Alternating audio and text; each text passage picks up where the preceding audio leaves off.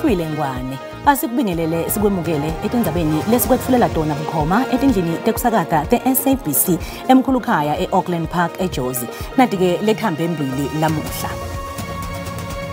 I will not describe it as a state that the police service is in a state of crisis. Komishana wemaphoyisa velonke Jenene Fani Masimula ucinisekisile ukuthi kunekungenelela kwetinhlaka letingaphandle ekusebenteni kwembutfo wemaphoyisa kuleli i-SAPS. We had an operation in Sandton. The operation is linked to Tembisa investigation. They came to conduct the search and seizure. I was expecting them. Luphiko loluphenya emacala lakhethekile i-Special Investigating Unit luhlasele likhaya lenjinga Morgan Maumela eSandhurst eSandton neJozi kanzi nemaphoyisa agaleleke kaJenene Sibiya. One of the most important games of the last 24-25 years.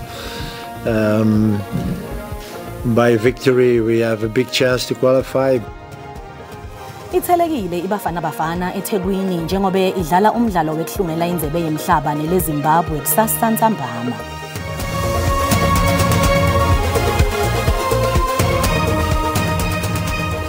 Komishana wemaphoyisa velonke Jenene Fani Masimula ucinisekisile ukuthi kunekungenelela kwetinhlaka letingaphandle ekusebenteni kwembutfo wemaphoyisa kuleli SAPS.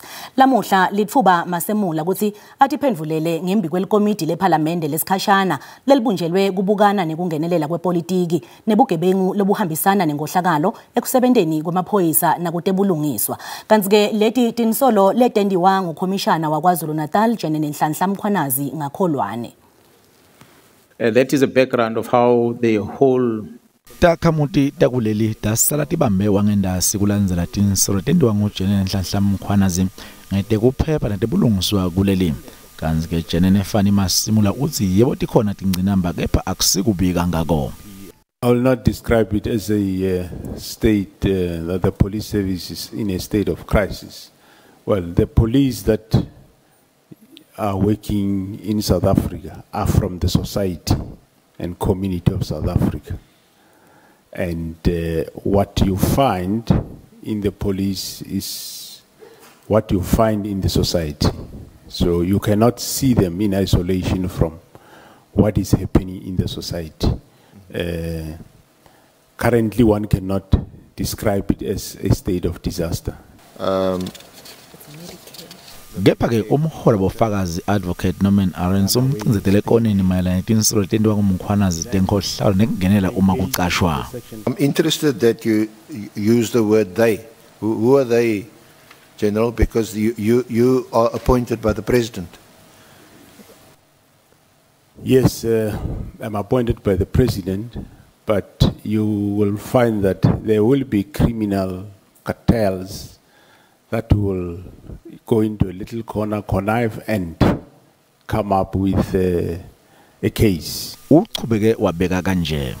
There will be outside parallel structures that would want to take charge of the National Commission. If they can't, they will find ways of seeing how then can we remove him and replace him. Kubonakele ke kuti imphendvulo takhe kuthi uyakhona kumelana netinsolo tendiwa nguMkhwanazi lenkhulumo iyachubeka. Sikhulu lesisetulu ehhovisi lendvuna yemaphoyisa Senzo Mchunu lekungu Cedric Nkabinde sithi itolo kusihlwa sivakashelwe ngemaphoyisa lapho sihlala khona kepha-ke awakasitfoli kunaloko lamaphoyisa akhanze umnakabo. Nkabinde uthi lamaphoyisa ngene lapho ahlala khona shaya isivalo abade kuthi nguyila lamkhanzile afuna kusesha. Umnakabo ke wabuta incwadi legunyatha lokusesha asekacela kumshaya abuta ukuthi uphi yena. Amphocelela ukuthi ayokhombisa ukuthi kuphi kepha wakakhona ingweda lapho bekadza khona. Ngekuthola ukuthi lamaphoyisa athujelwe ngikomishana wamaphoyisa kuvelonke Fani Masimula Nkabinde uthinze ummeli wakhe lochumana lekomidi lePhalamende lapho avele khona Masimula ngoba ngilapho umholo wobufakazi alufaka khona loludzaba. Uthi ke Masimula uvumile ukuthi uyawathi lamaphoyisa. The National Commissioner confirmed that yes, indeed, he knows that those police officers with balaclavas even though he never mentioned like that. I know those police, they were there to execute search and seizure warrants. Ngabinde uthi ke kwakujakweni kanzi mhla tisithupha kukholwane ukuthi kwakhishwa statement kepha ibe kuseta ukuthi kuseshwe kuthole ubufakazi ngubuphi kazobufakazi bazekhulunywa ngabo. It means it was not correct that they do have evidence. The question is, what was the rush of that media briefing? Ngabinde uthi umsulwa kanzi nendvuna mchunu nayo ibsulwa. Everything that has been said, and with all desperation to link myself and the minister in any wrongdoing, I don't trust them. Uvetele ukuthi lokho lokwenteka kokuphathamisa kutilungisela kwabo kuyovela kule commission nasekomiti neparlament nababitwa kutofuna ubufakazi. Luphiko loluphenya emacala lakhethekile iSpecial Investigating Unit luhlasele likhaya lenjinga Morgan Maumela eSandhurst Sandton eJozi. Maumela usolwa ngekuba ingcenye yelicembu lemshosha phansi lelikhwabanise imali lebalelwa ngetulu kwa2 billion wemarandi esibhedlela seThembisa. Lokuhlasela kutangemva kwembiko wesikhashana weSIU lovete ukuthi lesibhedlela sikhwajaniselwe imali ngekusebenzisa emathenda. Maumela usolwa ngokukhwabanisa imali ebalelwa ngetulu kwa820 million emarandi ngemva kokuthi inkampani letiyamene naye lethi nge41 litfole emathenda eminyakeni lemibili leyengcile. Emaphoyisa athethe emalambogini lamathathu impahla yasendlini yakanokusho nemifanekiso lekholelwa ukuthi yathengwa ngemali yakhwajaniswa esibhedlela seThembisa. Lokhulumele SIU uthi angeke batsalulele eminye imininingwane ngenxa yelicala leliqhubekako. As the SIU, we can confirm that today, together with members from SAPS, we had an operation in Sandton. The operation is linked to Thembisa investigation, but however, we are not able to say much at this stage, simply because there are some legal processes that needs to be finalized. Kusenjalo amaphoyisa ahlasela elikhaya elisekela la commissioner amaphoyisa Shadrack Sibiya lomisiwe emsebenzini. Akhuluma nabetindzaba Sibiya uthi bevela lindzele ukuthi lithimba lemaphoyisa seKZN litawufika litawuhlasela ikhaya lakhe. Uthi lithethe kwangqondo womshini bomakhalekhikhini lokunye labakusebenzisa kulolu phenyo. They came to conduct the search and seizure. I was expecting. And what did they confiscate, General Sibiya? They will normally look for the gadgets and the cell phones of everybody who's in the yard. General, we understand that this started since 3 a.m. in the morning. Are you aware about the cars that were coming in looking at your house? No, I've been under surveillance. Remember, we are under siege here. It's helicopters, it's surveillance, left, right, and center. This is abuse of power. Yesterday, there was a Black X3 there, and then as you come out, you'll see there's a car that side and there's a car that side. So, I mean, this is what I have to live with at this present moment. Uthi impilo yakhe isengcupheni kusukela kwavela letinsolo labhecwa ngaDom. Kuletinye uma sibuya etitolo.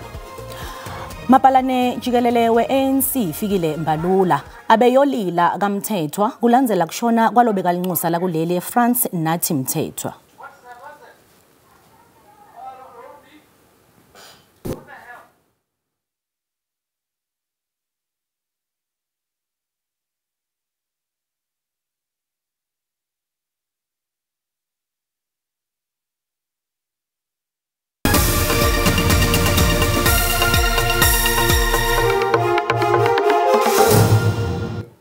Wamukelekile mbukele esigabeni sesibili setindzaba uma usanza kungena ukhethe kahle tisekhona hlala nathi.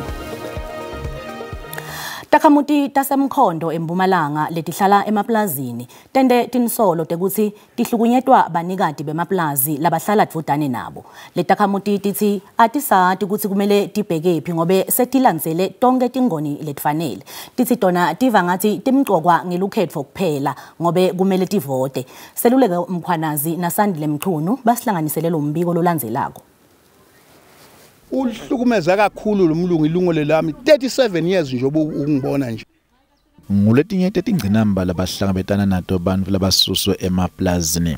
Labahlali bathi sekungentulu kwemandla lokwendiwa banikati bemaplazi kubo. Bathi kulicala ngisho kwengcatfude nalamaplazi.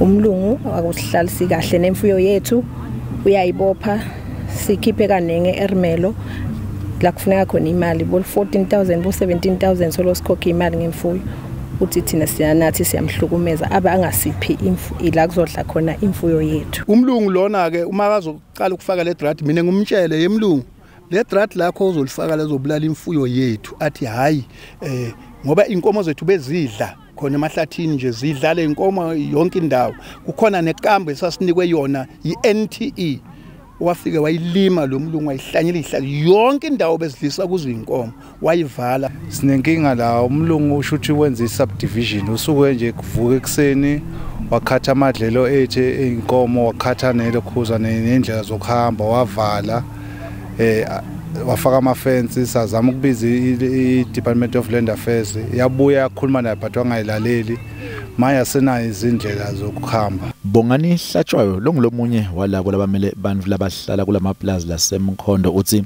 sebahambe kwaze kwaphela ticatfulo solo bafuna lusito lokuthi kusitakale takhamuti etihlala emaplazini. Hlatshwayo uthi bancince emahhovisini ahulumende wemnyango wetuthuthukiswa kwabantu basemaphandleni laseMbombela kwaze kwaphela ngisho netimali. Uthi kude kube ngumanje solo kude lusito labalitfola ko. Abahlali basemaplazini bahlukumezeke kakhulu since 1994 lento ekuthiwa idemocracy nenkululeko abayazi abanayo futhi inkinga enkulu kakhulu bahlukunyezwa ngabaqhashi babo. Kuyenzeka kwelinye iplaza uthola ukuthi umlungu uhambile eplazini kungena omunye umlungu bese afika ashintsha indlela yokuhlala kwalabantu. Ebese ngikhala ngako ke kakhulu ke ukuthi iminyango lena esinayo ama department ekungaba uLabor kube uRural Development kube ngamaphoyisa kanye nezinkantolo azikhombisi ukulalela udaba lwabantu ngoba umthetho sisekelo okhona kule Bill of Rights uchapter 2 la khona abahlali banamalungelo ukuthi nabo bawathola ama-service into enjengamanzi nogesi kodwa kuze kube manje kule 31 years abakakutholi. Kanzi ke labanye bebanikati balamaplaza labasola kobathithe kunemacala lachubekako enkantolo futhi ke ngeke bayiphe umlomo lendzaba. Labahlali baphinze bakhala kwehlula kwembuso ukuthi lethela tidzingo ncandi netindlu tesibonelelo. Litilo tekuthuthukiswa kwetindzawo letisemaphandleni eMpumalanga lithi liyadada tingcinamba letihlangabetane bantu basemaplazini aseMkhondo. Letamile ke ngaphambilini kuyisombulula kepha amange liphumelele kungumanje lisetinhlelweni tekuletha umlamuli. Umnyango wezinguquko zomhlaba kanye nokuthuthukiswa kwezindawo zasemaphandleni uyalazi lolu daba oluphakathi kwabahlali basemaplazini base-Tybosh Spread Farm kanye nomnini plaza.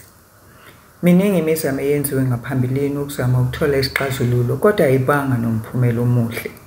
Yingakho ke manje umnyango usuqoke ukuthi uqoke umlamulo ozimele ukungenelela kulolu daba ngokulandela umgomo womthetho i-Extension of Security of Tenure Act.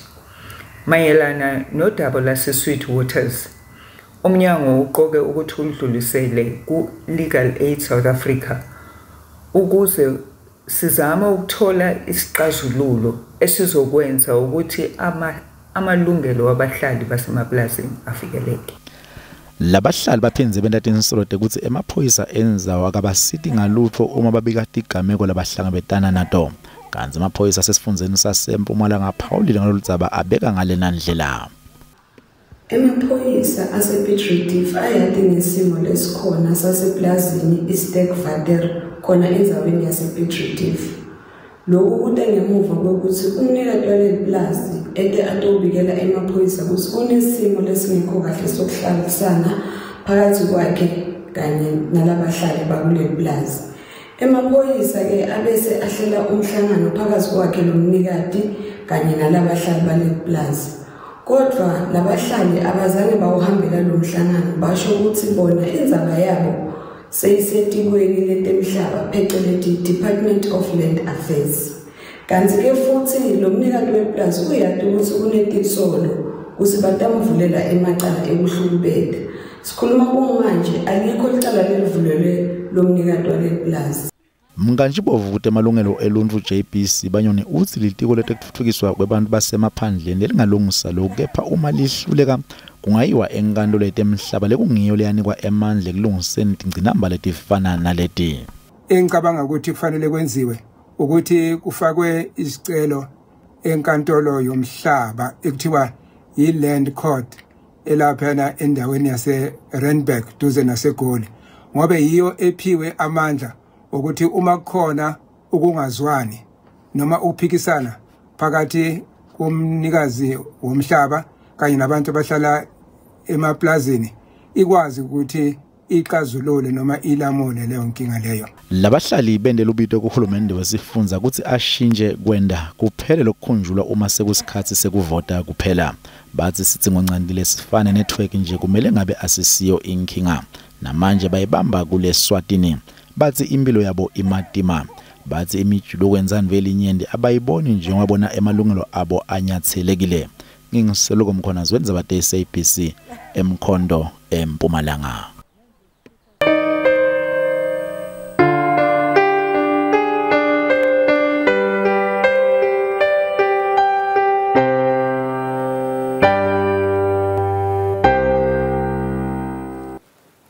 Mapalane jikelele we-ANC fikile Mbalula abeyolilela bakamthethwa kulandzela kushonelwa ngulobeka linxusa la kuleli eFrance nathi Mthethwa lokuyolila kuyingcenye yeluhlelo lwaleli qembu lokwesekela imindeni lesuke ishonelwe nekuhlonipha baholi labangasekho.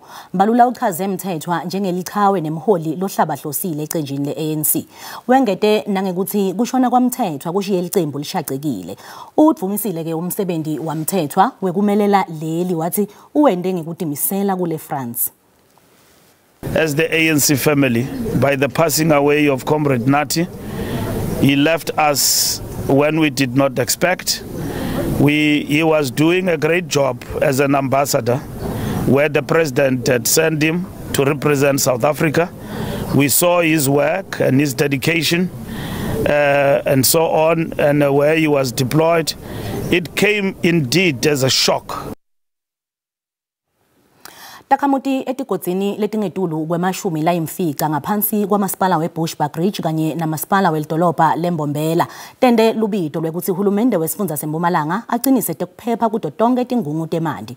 Lokhu kuta ngemva kwekuthi tigebengu tiyehlulule iWoshani Water Treatment Plant lekushiye Takamuti tingenawo emanti. Labo masipala bayehluleka kuphakela emanti ngekusebenzisa emaloli emanti njengobe kufanele baqale ngokuphakela tibhedlela kuqala.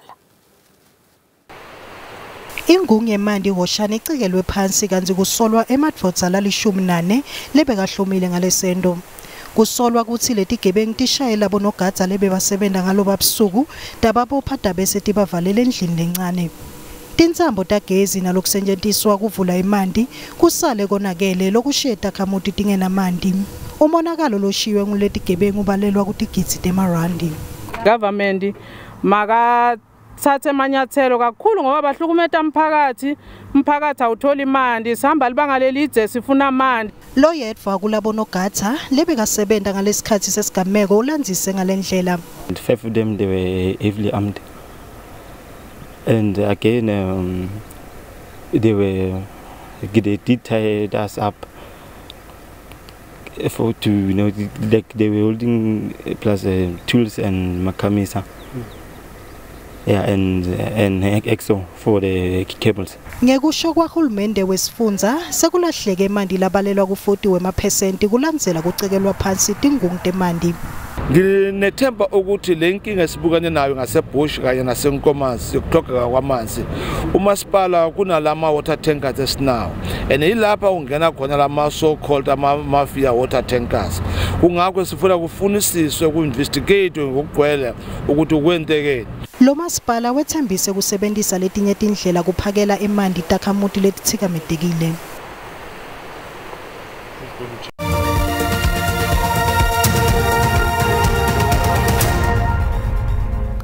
Ithelekile iBafana Bafana eThekwini njengobe idlala umdlalo wekuhlungela indzebe yemhlaba neleZimbabwe kusasa Ntsambama. Lakuleli kufute liwuphumelele lo mdlalo kude litawuba nematfuba lamanyenti ekufinyelela indzebeni yemhlaba kule Melika. iBafana beyikhuluma nebetindzaba lamuhla ngemalungiselelo alomdlalo. Just a recap on the week. We've had a wonderful week, good preparation. The preparation has been going well. Everyone reported, and obviously we had some changes, but the guys who came in has been looking good. It's good to see some familiar faces back into the team. It's good to see Mudau and Sitole back. Obviously we know what happened to Sitole, and to see him back after a year, it's amazing. And yeah, the mood in the camp has been good. Training has been amazing, and the guys are looking forward to getting the job done. One of the most important games of the last 24-25 years. By victory, we have a big chance to qualify. By a defeat, I think, we can stop dreaming. So that means that it's very important, but it will also be difficult. Zimbabwe has always been a very difficult opponent, and it will not be different tomorrow.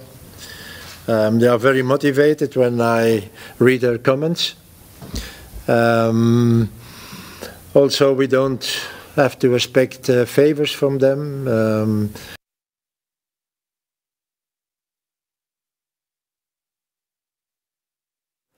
Kuna Sibusiso Mahlalela kulethamba embili kulethphuma embiteni kuligwalagwala FM. Lishonile Sibu?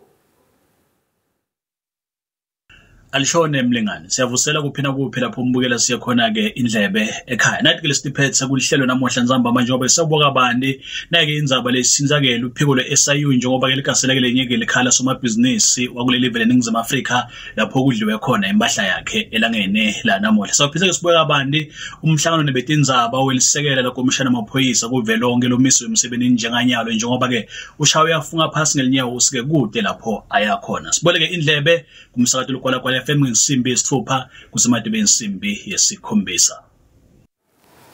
Tingako ke lebe sikuphathele tona lamuhla letela maleti tingensimbi yesikhombisa kuyo lenkundla ngelulwimi lwesiXhosa. Thine nawe asiphindze sihlangane kusasa kanti sesisonga liviki. Sikhona Simo Selitolo ngemva kwetitolo nanto zakhe Mathebula intsamba malenhle ngwane.